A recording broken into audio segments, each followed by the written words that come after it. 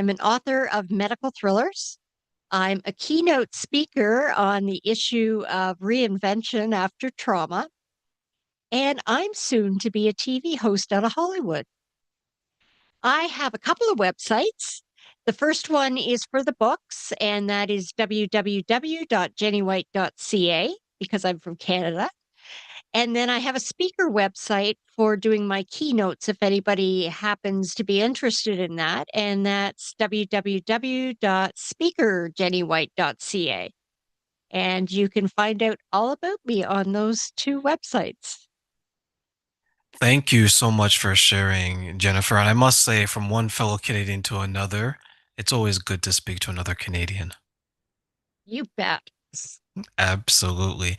So take us right from the beginning. Life before the surgery, how was that? It was great. I was in retirement with my husband. We had retired around the same time, sort of within a couple of years of each other. And we were living the dream. We were doing the things that people love to do in their retirement. We were traveling, we were exploring, we were being adventurous and kayaking and hiking around the country, traveling to Europe and just doing lots of fun things. And then one day, out of the blue, I didn't feel well. And I remember thinking, because I was a nurse, we have this tendency to try and diagnose ourselves and figure out what's going on. But my nurse brain was saying, you need to go get checked. You might be having a stroke because I seem to be having some classic symptoms. So off I went to the hospital. And sure enough, I got taken very seriously and they looked at me very quickly. And the good news was I was not having a stroke, but the bad news was that they found a large brain tumor in the center of my brain, down by my brain stem, and it was wrapped around an artery, and it was going to kill me sooner than later. So that was a wake up call for me. That was like, oh, come on. I'd nursed people for 33 years plus, and I get hit in my retirement with a brain tumor. And I thought, oh, how ironic is this? So, anyway, so once we figured out what it was that was causing the stroke like symptoms, um, we had to find a neurosurgeon that was a specialist in that particular type of tumor because it was pretty risky. And sure enough, being the nurse that I was, I went back home and, got on the College of Physicians and Surgeons and started looking for neurosurgeons. They, of course, were going to refer me, but that was going to take time. And I was basically a walking time bomb. So we found one. And the first one said no, he wouldn't touch me because he figured I'd die on the table. The second one out of London, Ontario, who was a younger man, fantastic at the top of his game, good credentials, excellent reputation. He agreed to take me on with the understanding that I could very well die. And, surgery was really my only option. So I jumped at it. So that was back in December of 2023. I had surgery in early January 2024. So that was a year after COVID and everything. It was. It was. Um, Now they got me in very quickly, but one thing I have to tell you is, I was on an on-call cancellation list because it was over Christmas time, of course, the worst time this could happen. And they had closed down some ORs at all the hospitals to allow staff to have time with their families. And so there was only a couple of ORs available for traumas. And I had to wait until an OR became available. And my cell phone was my lifeline because it was in a totally different city. So the challenge was every time that darn cell phone rang, my heart missed a beat or two. And I knew way too much as a nurse as to what they were going to do to me. And every time that darn thing rang, I just about lost it. But the day came, surgery happened, and I ended up in a coma for a bit. A lot of people look at retirement as, I know we're Canadians, but to quote the American dream, 2.5 kids, white picket fence, dog named Sparky, right? Riding off Right. to the sunset with your riches in the caravan behind you and everything is happy. But for you and your family, life was really good. And then this happened. Looking back on that situation, Jennifer, what are some of the emotions that you remember experiencing, not only yourself, but maybe even your partner? Well, it was a challenging time because both he and I knew the risks and the possible outcome. So I actually spent Christmas time with family gathered, which was lovely, except it wasn't, a warm, happy, celebratory kind of time. It was a time for frank discussions and for me laying out for them that I might not be around. And I did things like I got my things in order, updated my will, wrote my obituary, and basically sat the family down and said, okay, guys, if this happens, here's what I want. And I'm glad I had that conversation because as uncomfortable as it was for them, not so much for me, because, you know, in healthcare, you kind of assimilate that information and kind of have a plan anyway. But for them, it was a challenging time, and I know they were frightened, and rightly so.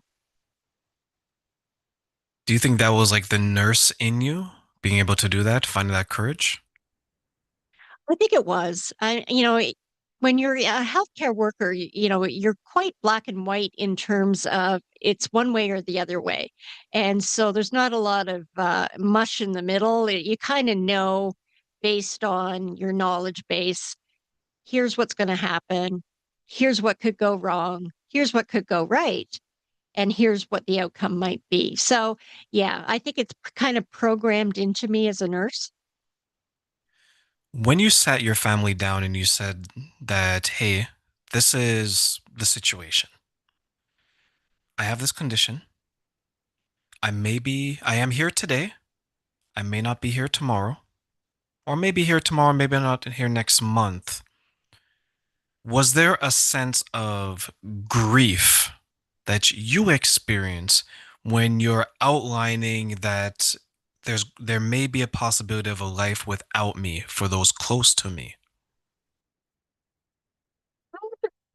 Thinking back, I'm not really sure, to be honest with you. I think I sort of internally processed it that, I was going to have a life-saving procedure and hope that things went well. But I really wanted them to have a good insight as to the challenges that lay ahead. Now, I ended up in a coma, which was actually unexpected. So when I came out of my coma after about 4 days, first of all, I was grateful to be alive. But the first thing that I noticed was that I was tied to the bed. And that's because I became a very combative patient as I was becoming conscious. Um, and when I woke up and realized I was tied to the bed, I saw a man standing at the end of my bed. I had no idea who it was. It was my husband of 20 years. So, you know, I knew that he had been traumatized by that because I couldn't figure out who he was. I kind of recognized his smell, but I couldn't figure out who he was. And then when the nurses started asking me questions, I thought I was talking to them. Well, it turned out I was just making sound. So that was devastating when I realized I couldn't communicate with them. And then finally, when they got me up to walk and I realized I couldn't get my legs and my feet to go where I wanted them to go, I knew I had some problems. So the way I kind of internalized that loss and that grief, I think it might be even different than what other people experienced. I don't remember really going, "Oh my gosh, I'm devastated. I'm never going to recover from this." I kind of looked at it like, "This is interesting. I'm grateful that I'm alive. And yeah, I got some challenges ahead of me, but I'm okay because I'm alive." So, it's kind of a different way of looking at it. And one thing that I learned is that mindset is everything, you know? Um, I knew at that time I had a choice. I could either curl up in a ball and just fade away into the sunset, or I could fight. And I had seen over the years many patients who had given up and died fairly quickly, and those who, under the same circumstances, fought with every ounce of their being to get better. And most of them did. So, I just chose that path and I just went down that road. When you mentioned that you recognize the smell of your husband, it reminded me of that quote where they say, "Love enters through the nostrils." Oh, I haven't heard that. That's Yes, interesting, yes. Yeah, so it's like familiar because it's a sense that we have, right? So I think a lot of people they rely on their eyes, and rightfully so, right? Because that's that's I guess the primary one that we have, right? But when it comes to right? scent, right? When it Yeah. comes to the And sounds, like I recognize his scent, I recognize his voice. My eyes might be deceiving me, maybe even my touch, but this is something yeah, that is familiar. When you came out of the coma and then yeah. you're starting to piece life together again, what were some of the ways that you were able to do that?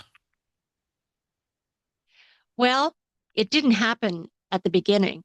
I remember just kind of accepting that I was alive and being grateful for that, but I wasn't really processing what was happening around me. A lot of things were happening to me, and I was just kind of taking it in and going for the ride and kind of trying to do what they were asking me to do. I could understand them, they just couldn't understand me. So one of the things that I ended up doing once they transferred me into like a regular patient room out of the intensive care unit, I remember lying there resting, and you sleep a lot at the beginning. I think I was awake for like 20 minutes in a 24-hour period. But while I was awake, I remember thinking, okay, I don't remember my name. I don't remember who I am. I don't remember where I am necessarily. I knew I was in a hospital, but I didn't connect, the specifics. And I remember thinking, okay, well, what would a kid be doing? And I kind of gave myself permission to go back to being five again. Here I am, 62 going on five, at this particular point in time. And I'm lying there thinking, okay, well, a kid would be using their imagination. They'd be creating imaginary friends. They'd be going on adventures. And I just started getting my mind moving. And by doing that, it started a process. And it was interesting. I had tons of therapy while I was in hospital. It felt like every 5 minutes they were waking me up to do something. And I really fought hard to work hard and do my rehab. And then when I got home, that's when things started coming into place. I remember my husband carrying me into the house because I couldn't quite walk on my own yet without falling over. And I remember looking at the house going, oh, nice house. I wonder whose house this is. Well, it was my house. So it was like being parachuted into your previous world without you understanding it was your previous world. So that was really challenging. How were you able to cope with the identity and the rediscovery of it then? Well, again, that took time. What I did was, people around me were talking about who I used to be and what I did. And intrinsically, I knew deep down that I had been a nurse, but I couldn't tell you anything about where I'd worked or anything like that. But I knew I had to just keep trying. And so, with the dreams of being a kid, I actually created some stories in my head, and my speech therapy wasn't going very well. And my speech therapist, who was coming to the house on a regular basis, he said to me one day, he said, okay, let's try writing something down. He said, I want you to write down your thoughts. So I took a piece of paper and a pen and I wrote down exactly how I was feeling. And lo and behold, it made sense. And I recognized that my thought was now on paper. He recognized what it was and said, aha, okay, we can communicate now. And that opened a door. And so once I realized that I could start writing, I started writing down kids' stories. And they were simple and they were short and they didn't use big words, but it gave me a sense of accomplishment. And I just kept kind of building on that. And so stories started to come. And I realized, okay, well, now that I've kind of mastered the idea of writing kids' books and got my brain starting to rewire itself, the speech got better. And as the speech got better, I was able to engage in some learning online and I learned the craft of writing. And the first lesson, and I remember this clearly, they said to me, write about something you know, it will be easier. Well, I knew two things. I had 30 years plus of nursing experience, and I had the experience of being a brain damaged surgery survivor. So I took those two and I combined them. And that's where the medical thrillers came from. I created a character, Abby Roberts, and she's a nurse. And I gave her my brain tumor and I gave her some of my experiences. And what I found was that I healed through writing the story because I expressed my frustrations and emotions and challenges, and I gave them to her in the book, the first book. And I walked her through what it would be like, what I imagined it would be like to go back to work in an intensive care unit and have all the doubts that you have and have all the challenges and all of the hesitation and the am I good enough? Can I do this? Do I know what I'm doing? Am I safe to practice? And all of those kinds of things. So that's kind of the evolution of me becoming an author. Is Jennifer and Abby good enough today? Well, I'm getting better. Every day above ground is a good day, and every day you put another step in front of the other, you're doing well. And my physiotherapist, God bless him, he said to me, he said, Jenny, if you can just each and every day put one more step, go one more step further than you did yesterday, you'll eventually climb Mount Everest. And that has stayed with me in that, yeah, baby steps are the key. You just got to start small and just be persistent. I've heard about people who have gone through a difficult situation, albeit a traumatic one, and they've turned to journaling, they've turned to book writing, they've turned to something where they can create a character which is similar to themselves but a little bit different. And then they feed this character. And then what you begin to realize, and I have an example of this young lady that did this, is that it's like she's holding up a mirror to herself. This is how I saw myself at this point of my journey. This is how I saw myself now. But other people don't see it. But when you have the book, they can see the evolution, they can see the growth. Tell us about Abby and how much it reflected on not only your journey, but how she became this person who may be a little bit separate from you, but a little bit similar as well. Yeah. So, going back to the concept of writing what you know, I mean, when you've been a nurse for 33 years, you have a pretty good sense of how things work. And so what I did was I put myself on autopilot. And by creating Abby, the first time I wrote the book, I mean, it went through 9 revisions, from start to finish. But the first draft of the book was really me telling my story of my experience being this patient. Um, it morphed into um, being somewhat different in that I gave her challenges that I had, but I made them even worse. So I took that what if this happened scenario and I created more um, um, oh, what's the word I want? Sort of more tension, more intrigue, more mystery into her character. But a lot of Abby is me. Now, she in the novel experiences some things, and I don't want to give them away, but what I ended up doing was I did heal myself through her emotional journey and that mirror image that you talk about. And it will be interesting in retrospect to look back at my series of books. So I've written two, I'm working on number three, and it will be interesting to see as I continue to heal and rejuvenate, whether Abby follows the same path in the tone and the story that I create around her. So yeah, it will be interesting. But one thing that I did mirror almost identically was her relationship with her husband in the novel, because she doesn't recognize her husband when she wakes up from her coma. And so the marriage challenges that she has in the book do mirror ours. And, I tell people that, you know, we're a married couple living in the same house, but we're more roommates than we are because we're back to square one dating and trying to figure each other out. Because I've changed from the man or from the woman that he married, and he's got 30 years of memories and I've got very few. So I'm looking at him through a very different lens, and he's looking at me sideways going, okay, you're not the same person.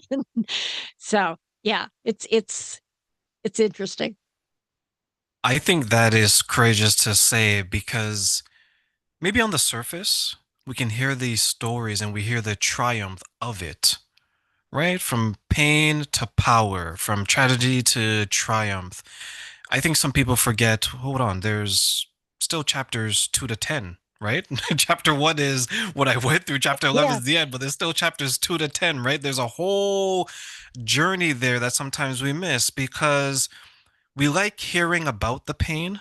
We love hearing about the triumph, but sometimes we skip over the middle part where, as you mentioned, that we have to rediscover not only ourselves, but the relationships we had during that time. What are the two of you doing? Let me rephrase that question. For those who are maybe going through a difficult time, such as a traumatic event, what is some advice that you'd give to them to stay connected as they rebuild that relationship together that maybe isn't the same before that event? You really have to cherish the small things, simple things like having a meal together, going for a walk together, watching a movie together, holding hands, doing the spontaneous hugs throughout the day. And for me, because I was so fixated on trying to get better and to have some self worth, I spent a lot of time doing things to make that better. And that meant less time with him. And in fairness to him, in one of our many conversations that we would have, he said to me, he said, "You're working way too hard. You're spending way too much time doing X, Y, and Z, and we aren't being together, and I need that." And so we kind of had to rejig the way life was happening, and actually dedicate time together. So simple things like that, even going out for a nice dinner, simple things that don't take a lot of time or energy, but just allow that connection to happen. And we have this tradition, for lack of a better word, because I need much more sleep than he does. I always end up in bed. I'm usually asleep by like 8:30, 9 o'clock at night. And so he always comes and tucks me in and cuddles, and we spend 5 minutes before I pass out, and just kind of reconnect and hug and just kind of rebuild. So there's no simple answer, and everybody's different, but that's what works for us. I think you're absolutely right. I look at like before my current situation now, like my past dating experiences, is that as you get further in the relationship, it's work to be together, right? And then you get to a point where you pretty much understand your partner, right? What makes them Hmm. tick, what makes Hmm. them how they want to be loved. But then I think some people struggle with that it still takes work to do the things that maybe you don't want to end up taking for granted, such as the dinners together, such as the walks, because I couldn't imagine someone going through something like you did and then maybe they don't have the ability to have dinner together anymore or the walks. I've given a few talks at grief retreats. I remember asking this question to everyone who has lost someone. I was like, what's something that you really enjoy doing with that person? One person said that Trent, he would always ask me to cut his hair, and I would say, oh, your hair is fine. But the person is gone now. They're like, I would give anything to cut his hair one more time. The small things, right? In general, why do you think some of us maybe forget to do the small things, or maybe we don't value it the same way? That's true. I think we become so focused on circumstances or what's happening around us or even our roles, like if you're raising a family and you're trying to look after kids and you're working full time and you're doing all the household chores and all of those kinds of things, we become consumed with stuff and circumstances. And I think this was a reality check for me in that it stopped me cold. It made me stop and say, okay, what am I going to do? How am I going to fix this? What do I want to be when I grow up? Right. I basically had a clean slate when I came out of the coma and I was lost. I mean, I didn't even know my name. So there was a point in time where I'm lying in bed thinking, okay, well, yeah, I got a problem, but what's next? What am I going to do? And that's when I asked for help. I've been always been a spiritual person, and I sort of said, okay, I'm here for a reason. You're going to have to help me figure this out.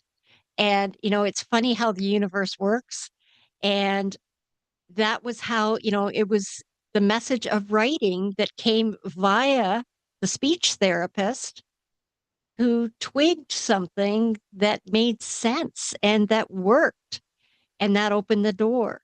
So you just got to have an open mind. You've got to stay positive. You've got to celebrate the small wins. And there were lots of small wins and there were lots of bad days, but I refused to stop trying. And I think that spirit and that will and that desire and my dream, I kind of sat there and I think, well, if I could if I could have anything, what would I love? And it's funny, it wasn't material things that came to mind. It was experiences. And becoming a best-selling author was an experience. I thought, oh, that would be cool. And that thought just sort of came to me. And then that kind of incorporated with the writing. And it was like, I should try that. So, it's hard to say exactly how it all happened, but I believe that I was guided by my spiritual being that I believe in. And I'm just a human having a human experience, but I'm a spirit. And it was the spirit that kept me going. So Do you think the writing was always inside of you and this situation brought it out to the forefront? I think the brain surgery did. I think when they were in there playing with my brain and moving it around, one of the reasons that the surgery was such a challenge is it wasn't just on the inside of my skull. So some tumors, if they're easy to access, they're easy to remove. Mine was deep inside my brain, so they literally had to go digging for it. And because of that, my brain was manipulated and brains don't like to be touched. Brains don't like to be exposed to air. So that combination of things, I think, prompted parts of my brain to be triggered while other parts of my brain were dying. So I actually had to rewire my brain to get my speech back and my walking back. And we know that the brain can do that. It can't regenerate new cells, but it can change pathways. And so by dreaming and using my imagination and creating stories in my head, I was forcing my brain to play nicely and to figure out how it was going to talk to itself. So I don't think it was always in me. I think parts of my brain got stimulated during the surgery. The way you described that remind me of something earlier you said where you had to rediscover yourself and you went back to the 5-year-old Jennifer, right? And one Yeah. thing that I remember at 5 years old is I had, at least to me, the best stories. And I used to tell these stories to everyone. And here you are taking those fantastic stories, naming it, Abby, and then sharing it with the world. It's like life came full circle for you in a different way. Did, and that's a great way of explaining it. I kind of look at it as in life number one, pre-surgery, I was a nurse and I served others and I healed others and I helped others. I gave them hope from that side of the bed. Now, all of a sudden, I had a different experience. So I've been given an opportunity to serve again in a couple of ways. So I'm serving by not only entertaining people, but I'm using my writing as a way of inspiring discussion around healthcare issues. It is a medical thriller and it has the elements that a medical thriller has, but I've also kind of woven into the stories some of the realities of healthcare and some of the challenges that we're facing. And it's not just in Canada, it's worldwide. And so I'm hoping that people will see those questions or challenge those statements and say, gee, I really wonder if that happens. And what would I do if that did happen? And oh my goodness, I never thought of that. Could that happen? And I want people to kind of, immerse themselves into each story and pull out the things that are disconcerting, like, oh my, never thought of that. Like, how many of us go into surgery thinking that our surgeon might be under the influence? Now, that didn't happen to me in real life, but it happened in the story. And what are the ramifications of that? And oh my goodness, could that happen? Yeah, it could. It could.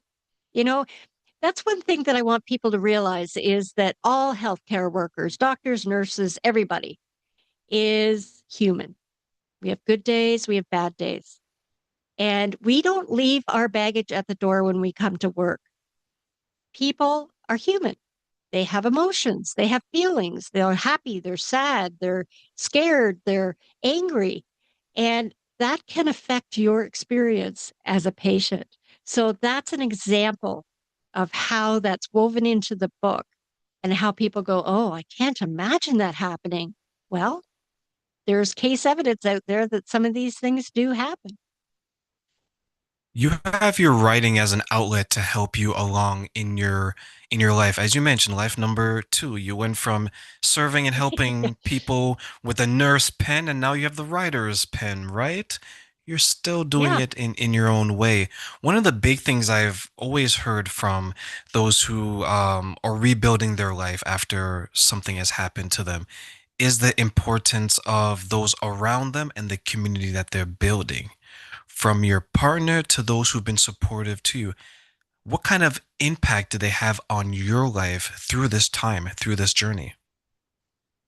Well, one of the main things that kind of went wrong is it takes away your complete self-esteem. So even from your physical appearance. So if you can picture this, I was bald as a billiard ball. I had a massive scar across the front of my face. And that's why I wear my hair this way so you can't see it. I've got a chunk of my skull missing on this side of my brain. So I have brain tissue right there. And, people have been very supportive, but it's been a tough journey. People really can't understand what you're experiencing. I'll give you an example. So when you look relatively okay and you look well and you're up and you're walking around and you're doing things, they think you're fine. When in fact, inside you could be crumbling. And, it's hard to explain to people. And, my husband and I have had many a chat about it because he'll say to me, you look fine. And yet I feel awful inside. I either feel physically unwell or I feel emotionally unwell.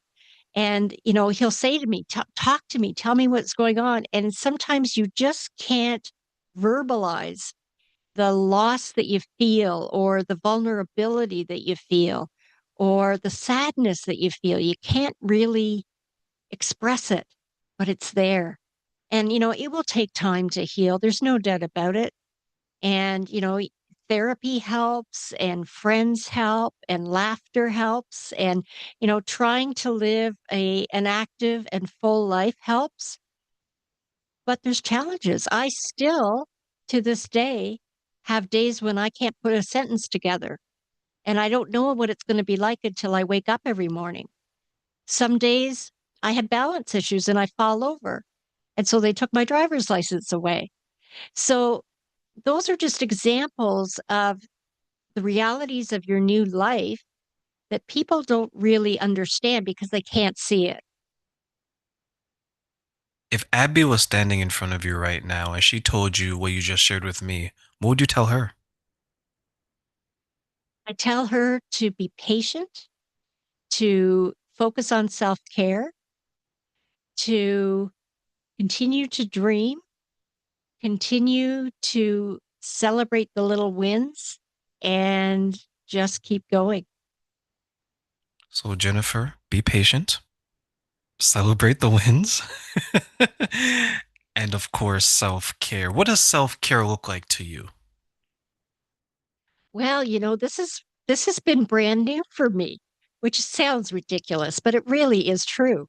So in life number one, I was a mother, I was a full-time nurse, I was a wife, I became a grandmother, I was an entrepreneur, I was busy doing things, running households, and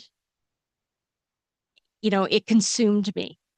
Self-care now is when I'm tired, I lie down and nap. I eat the foods that are nutritious, but that I want.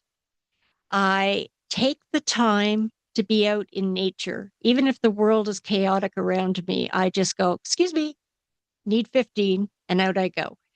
Um, I enjoy binge watching TV for some reason. And so my evenings are often just relaxing in bed with a cup of tea, watching movies.